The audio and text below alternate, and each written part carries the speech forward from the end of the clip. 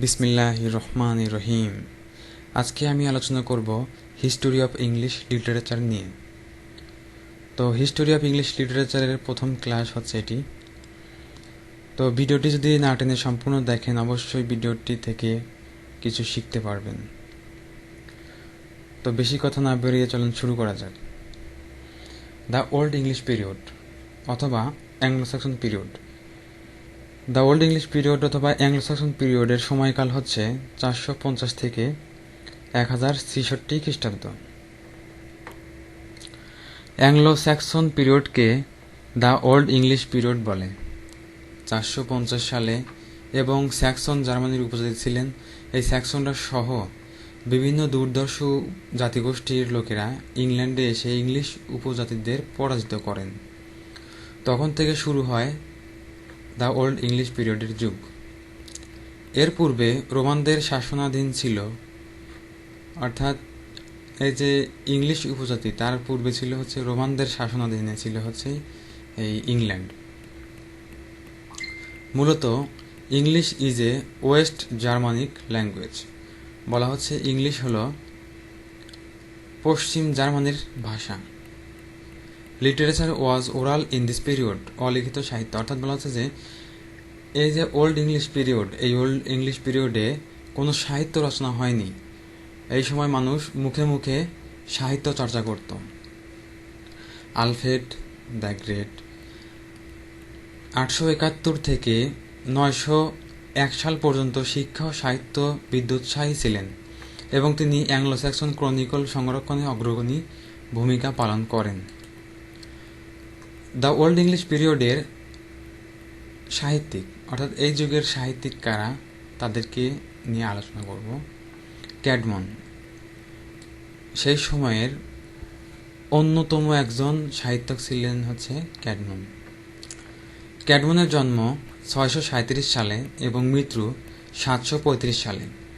তাকে ইংরেজি সাহিত্যের আদিকবি, earliest poet, first known poet in English literature বলা হয়। বাংলা সাহিত্যের আদিকবি লুইপা আর ইংলিশ সাহিত্যের আদিকবি হচ্ছে ক্যাডমন। তাকে father of English sacred song ও বলা হয়। ক্যাডমন যা কিছু রচনা করেন তা অ্যাংলো স্যাক্সন ভাষাতেই রচনা করেন, এজন্য তাকে অ্যাংলো স্যাক্সন যুগের মিল্টন বলা হয়। তার রচিত কাব্য হিম অফ ক্যাডমন এবং প্যারাফ্রেজ তার গ্রন্থের মধ্যে সবচেয়ে প্রসিদ্ধ ছিল হিস্টোরিয়া এক্লেসিয়াস্টিক জেন্টিস অ্যাংলোরাম। এছাড়াও তিনি লিখেছেন জেনেসিস, এক্সোডাস, জুডিথ। তারপরে আছে Cynewulf. He is one of 12 Old English poets known by name and one of 4 whose work is known to survive today. বলা হচ্ছে যে 12 জন ওল্ড ইংলিশ পোয়েট ছিল, ওল্ড ইংলিশ যুগের পোয়েট ছিল 12 জন। সেই 12 জনের মধ্যে একজন সুপরিচিত হচ্ছে কিনিউলফ। এবং সেই সময়ের যে সাহিত্য, সেই সাহিত্যের মধ্যে থেকে এখনও বেঁচে আছেন কিনিউলফ। অর্থাৎ তারা যে 12 জন ছিল সেই 12 জনের মধ্যে একজনের যে লেখা ওয়ার্ক, কর্ম, সেই কর্মগুলো এখনও টিকে আছে। জুলিয়ানা তার একটি বিখ্যাত কবিতা। কেউ কেউ মনে করেন যে লিন্ডিসফার্ন নামক স্থানে তিনি বিশপ ছিলেন।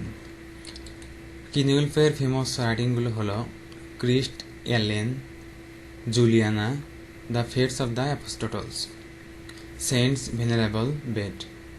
হি is called the father of English learning and he is also known as first historian in English literature.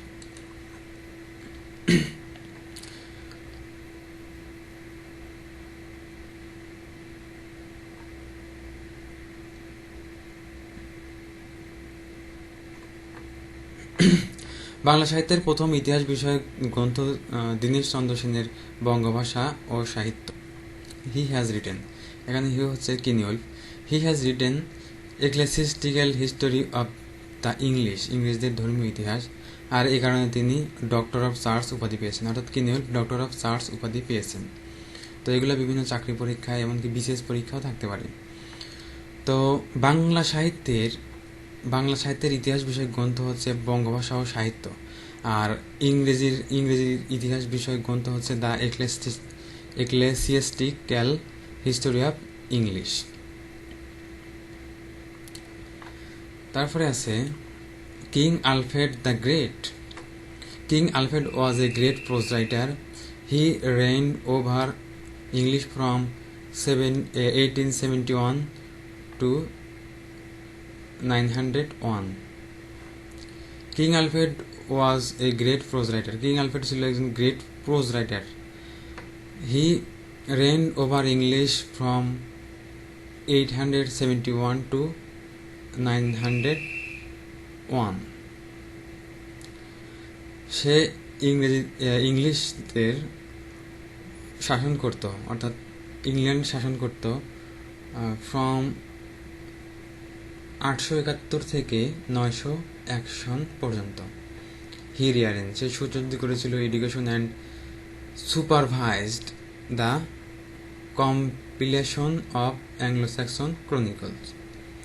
বলা হচ্ছে যে সে সুসজ্জিত করেছিল ইরিগেশন, সেই সময়ের ইরিগেশনকে, অ্যান্ড সুপারভাইজড মানে হচ্ছে তত্ত্বাবধান করা, আর কম্পিলিকেশন মানে হচ্ছে সংকলন করা। তখন অ্যাংলো স্যাক্সন ক্রনিকল সংকলনে অগ্রণী ভূমিকা পালন করেছিল বা তত্ত্বাবধান করেছিল। অর্থাৎ দ্য অ্যাংলো স্যাক্সন ক্রনিকল নামে প্রথম গদ্যগ্রন্থ এ যুগে সংকলিত হয়। এটিকে first monument in English pros বা ইংরেজি গদ্যের আদি নিদর্শন বলা হয়। তাহলে ইংরেজি গদ্যের আদি নিদর্শন হচ্ছে দ্য অ্যাংলো স্যাক্সন ক্রনিকল। এ কারণে তাকে ফাউন্ডার অফ ইংলিশ প্রোজ বলা হয়। বাংলা গদ্যের জনক হচ্ছে ঈশ্বরচন্দ্র বিদ্যাসাগর, আর ইংলিশ গদ্যের জনক হচ্ছে কিং আলফ্রেড দ্য গ্রেট। তিনি দ্য কনসোলেশন অফ ফিলোসফি, দর্শনের সান্ত্বনা নামক আরও একটি গ্রন্থ রচনা করেন। He was sometimes regarded as the founder of English prose. He was the king of Wessex. বলা হচ্ছে যে তাকে গণ্য করা হয় ফাউন্ডার অফ ইংলিশ প্রোজ, ইংরেজি সাহিত্যের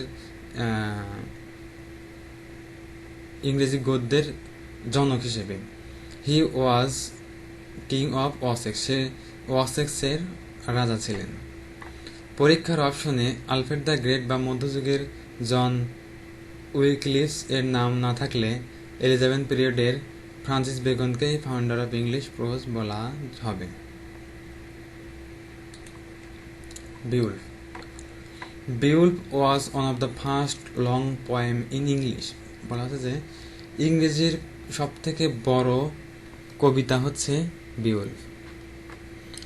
ইট ওয়াজ রিটেন অ্যানোনিমাসলি। বলা হচ্ছে যে এই যে এটা বিউলফ যে লিখেছিলেন তার নাম অজানা। ইট কনসিস্ট, এটা গঠিত হয়েছে অফ 3200 লাইন্স, 3200 লাইন নিয়ে, অফ টু পার্ট, দুইটি পার্টে বিভক্ত হয়ে, in the style of an epic, epic style অর্থাৎ মহাকাব্যের মতো। The first part deals with heroes fight. প্রথম পার্টে বলা হয়, প্রথম পার্টে আলোচনা করা হয়েছে হিরোজ অর্থাৎ নায়কের হচ্ছে যুদ্ধ নিয়ে, উইথ গ্যান্ডেলের সাথে। And the second part deal with heroes fight with dragon, অর্থাৎ দ্বিতীয় খণ্ডে হিরোর যে ড্রাগনের সাথে যে ফাইট, সেই ফাইট নিয়ে কাহিনী বর্ণিত হয়েছে। First monument in English literature, প্রথম পাণ্ডুলিপি হচ্ছে ইংলিশ লিটারেচারের বিউলফ। এখানে ফার্স্ট মনুমেন্ট, প্রথম পাণ্ডুলিপি ইন ইংলিশ লিটারেচার, ইংরেজি সাহিত্যের প্রথম পাণ্ডুলিপি হচ্ছে বিউলফ, আর বাংলা সাহিত্যের প্রথম পাণ্ডুলিপি হচ্ছে চর্যাপদ। বিউলফকে আর্লিয়েস্ট ইপিক ইন ইংল্যান্ড বলা হয়। এটি 650 সালের দিকে বাংলা সাহিত্যের প্রথম এবং সার্থক মহাকাব্য মাইকেল মধুসূদন দত্তের মেঘদূত 1661 সালে যেটি রচনা করা হয়েছিল। এই হিরোইক ইপিক অর্থাৎ বিউলফ হচ্ছে হিরোইক ইপিক 3182টি লাইন ছিল। 3182টি লাইন ছিল। মহাকাব্যের নায়কের নাম ছিল বিউল্ফ। বিউল্ফ ছাড়াও the wanderer, the সিফারার, the husbands message, the wife's lament, traveller প্রভৃতি নামে কিছু গুরুত্বপূর্ণ কবিতা পাওয়া যায়। এগুলোর সুনির্দিষ্ট কোনো লেখকের নাম পাওয়া যায় না। তো এই ছিল ওল্ড ইংলিশ পিরিয়ড বা অ্যাংলো স্যাক্সন পিরিয়ড। ভিডিওটি যদি ভালো লেগে থাকে অবশ্যই সাবস্ক্রাইব করবেন এবং বেল আইকনে ক্লিক করে আমার চ্যানেলের সাথে থাকবেন। সবাইকে অসংখ্য ধন্যবাদ। আসসালামু আলাইকুম।